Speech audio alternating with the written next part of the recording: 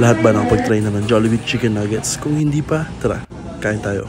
I-try muna natin syempre ng walang sauce. Juicy, meaty, hindi siya maalat, sakto lang. Parang ordinary nuggets lang. Now, try naman natin yung barbecue ketchup. At ang pinaka-nagdala talaga sa kanila is yung mga sauce nila. Barbecue ketchup yung pinaka-paborito ko. Sa sriracha mayo naman, hindi siya ganun kaanghang. And sana medyo dinamihan pa nila yung sriracha. Kasi parang naging spicy mayo lang ng slight.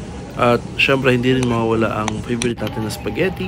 Love na love ko naman yung spaghetti nila kahit 4 pieces lang yung hotdog na meron dito. Ewan ko anong meron sa sauce nila basta sobrang addicting. Yung Jollibee branch nga pa na to nasa Balibago is walang ranch so hindi ko na natikman yun. Overall ang nagdala lang talaga nung nuggets nila is yung mga deep. Then yung nuggets nila sobrang plain lang. And sana ginawa na lang nilang lasang Jollibee talaga. Let me know na lang din kung gusto nyo i-remake ko yung nuggets nila. At ang total bill ko nga pala is 389 lahat-lahat. 6 pieces meal, 159 pesos na yun. May kasama ng Coke and fries. Then yung 6 pieces nila is 99 lang. Tapos nag-solo order ako ng spaghetti. Yun lang.